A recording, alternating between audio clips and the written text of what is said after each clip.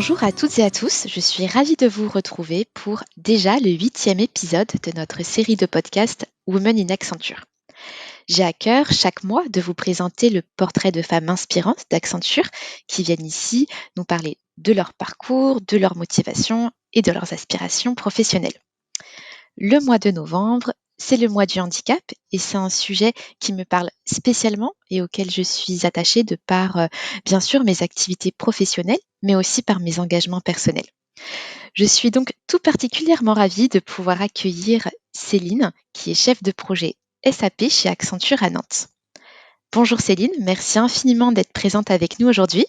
Bonjour Émilie, le plaisir est pour moi.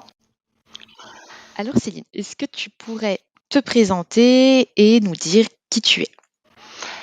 Alors, je m'appelle donc Céline Gornieu. J'ai rejoint Accenture il y a 8 ans maintenant, un petit peu plus de 8 ans, en 2013, comme développeuse Java.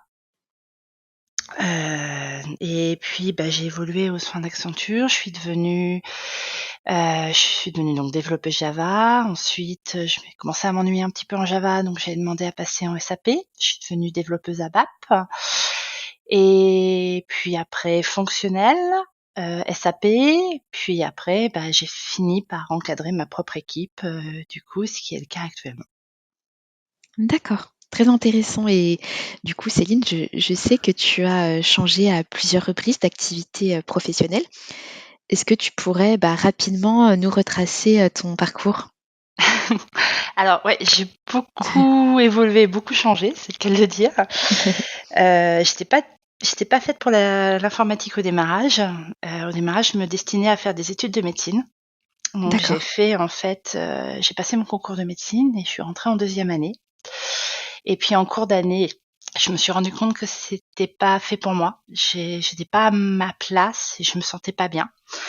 Donc je suis partie en fac de bio, où j'ai encore changé à la fin de la fac de bio. Je me suis dit: «C'était toujours pas fait pour moi». Je me suis pris un petit temps à moi. J'ai commencé à travailler, je suis rentrée dans la vie professionnelle. Comme j'avais ma deuxième année de médecine, je suis passée aide-soignante et je me suis spécialisée dans les fins de vie D'accord. et c'était pas fait pour moi non plus. Mmh. Je me suis un peu cherchée. Je suis partie dans la restauration, j'ai monté des échelons, je suis devenue responsable de restauration et puis je me suis posé la question de savoir si c'est ce que je voulais faire pour toute ma vie, si c'était vraiment le travail que je voulais faire et je me suis dit que non. Donc je suis partie, j'ai repris mes études et j'ai passé un BTS, agroalimentaire et je suis partie faire du fromage sur des lignes D'accord. automatisées. Et et puis les problèmes de santé arrivant, la situation se tendant aussi vis-à-vis de mon employeur, on a décidé qu'il fallait se séparer mutuellement et du coup, Mmh. j'ai fait une reconversion et je suis arrivée un peu par hasard dans l'informatique, et j'y suis restée parce que j'y suis très bien. D'accord et alors j'ai juste une petite question Céline, cette reconversion dans l'informatique, est-ce que tu as fait une formation aussi ou as appris sur le tas? Oui, c'était une formation Ouais, également? j'ai repris en fait, j'ai fait une reconversion professionnelle et j'ai passé un BTS en D'accord. informatique.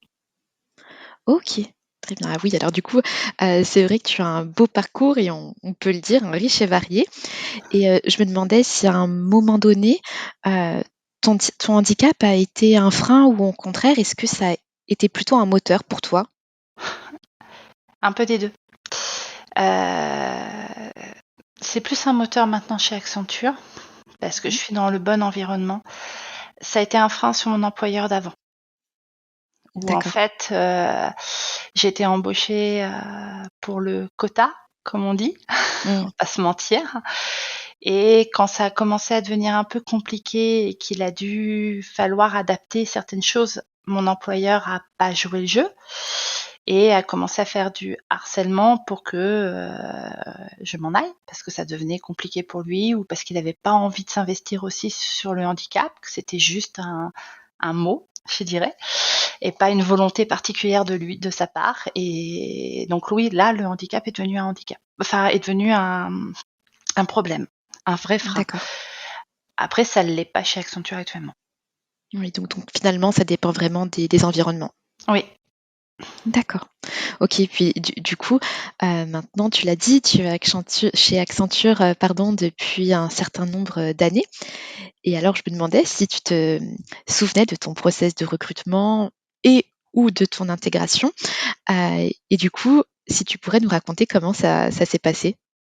Alors, quand je suis sortie en fait, de mon TPCS informatique, j'ai eu le choix entre plusieurs entreprises, ce qui était plutôt assez flatteur, je vais pas te mentir et dedans, il y avait Accenture. Donc j'ai passé au total 4 entretiens, parce que ils ne savaient pas trop sur quelle, capacité enfin sur quelle capa, SAP, Java, ou autre, me positionner et donc j'ai passé pas mal d'entretiens avec pas mal de personnes et ce qui a fait la différence entre Accenture et les autres entreprises, c'est que, à chaque entreprise, j'ai présenté mon statut handicapé puisque, Mmh. ça fait partie de moi et que j'avais bien vu que sur mon ancien employeur, c'était un peu compliqué et la différence s'est fait qu'Accenture, en fait, on m'a dit: «OK, et sinon tes compétences?» Voilà, c'est vraiment là que la différence s'est faite, en fait et c'est aussi D'accord. pour ça que je suis partie chez Accenture, c'est parce que mon handicap existe, mais c'était pas quelque chose qui était réellement pris en compte. C'est-à-dire que c'était existant, mais c'était pas quelque chose qui me définissait. OK. Et pour mon intégration, bah, en fait, à l'époque, c'était, Chloé Vergnol qui était la responsable handicap. Quand je suis arrivée, donc on a discuté ensemble et tout et moi, je sortais d'une situation très compliquée, très tendue sur mon statut, et du coup, je ne voulais absolument pas que ça se sache, je ne voulais absolument pas qu'on en parle et pour moi, ça n'avait absolument rien à voir avec le milieu du travail et voilà. J'ai l'avantage, en fait, d'avoir un handicap invisible Mmh. donc ça me permettait dans la vie de tous les jours que, enfin mes collègues ne le sachent pas, mon chef ne le sache pas et je considérais que ça ne devait pas rentrer dans le milieu du travail. Chloé m'a accompagnée, m'a expliqué que ça faisait partie de moi, que, voilà, il était là, que je vivais avec au quotidien et qu'il y avait sûrement façon d'adapter mon quotidien pour qu'il soit plus facile au niveau d'Accenture. Et elle m'a emmenée petit à petit vers un aménagement de poste, ce qui a Mmh.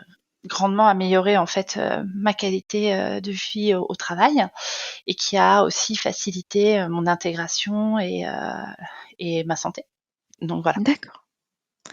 D'accord, très bien. Donc dès le début, en fait, tu as su intégrer, cette situation de handicap dans dès le process de recrutement et finalement l'intégration, elle s'est fait, assez facilement et les aménagements, les adaptations, pardon, également. C'est ça. Et du coup, alors aujourd'hui, qu'est-ce qui te motive au quotidien, au bout de 8 ans chez Accenture? Les gens avec qui je travaille, les Ouais. sujets sur lesquels je travaille, les actions à côté que je fais aussi, bah, toujours dans le cadre avec Accenture, mais voilà. Mmh. C'est un ensemble de choses en fait, tous les projets sur lesquels j'ai travaillé ont été inspirants. Tous les gens que j'ai rencontrés m'apprennent énormément. Et puis, bah, des actions comme, Equals, je vais par exemple rencontrer des étudiantes ou des lycéennes ou des collégiennes pour leur parler, de l'informatique, qu'être une femme, ça veut dire aussi pouvoir venir travailler en informatique et pas obligatoirement devenir maîtresse d'école, sage-femme ou prof, de maternelle. Donc c'était, ça, c'est quelque chose qui ouais, que j'apprécie énormément. Qui te tient à cœur. Ouais, qui me tient à cœur, ouais. Qu'on arrête en fait, de limiter en fait, les choix. Et hem et du coup, j'ai une autre question pour toi, Céline. C'est vrai qu'on en a parlé un petit peu sur le rôle que les entreprises, ont à jouer pour, l'intégration et le maintien dans l'emploi des personnes en situation de handicap. Chez Accenture, on a la chance, heu, d'être, vraiment engagé sur le sujet et puis, maintenant d'avoir notre troisième accord handicap. Je me demandais quelles étaient, toi, tes convictions sur le sujet? Le handicap, c'est pas un sujet, simple, c'est pas un sujet facile qui malheureusement se résume à une phrase choc et un ensemble de choses. J'ai rencontré dans le cadre d'Accenture, et des sessions de handicap beaucoup de personnes différentes avec des handicaps très différents les uns des autres, qui vivaient des situations différemment. Donc c'est vrai que j'ai pas, ce que ça m'a appris, c'est qu'il n'y a pas de solution toute faite quand on arrive dans une entreprise, que malheureusement on s'adapte à chaque particularité de chaque personne et qu'en fait, un handicap, c'est la rencontre d'une personne et d'un environnement. Enfin, un handicap adapté et réussi, enfin l'adaptation d'une personne, c'est voilà, c'est un environnement avec les, les actions qu'il faut en face, que Mmh. malheureusement j'allais dire, vouloir ne suffit pas toujours et que c'est vraiment, réussir à trouver les bonnes choses pour les bonnes personnes au bon moment. Bien sûr.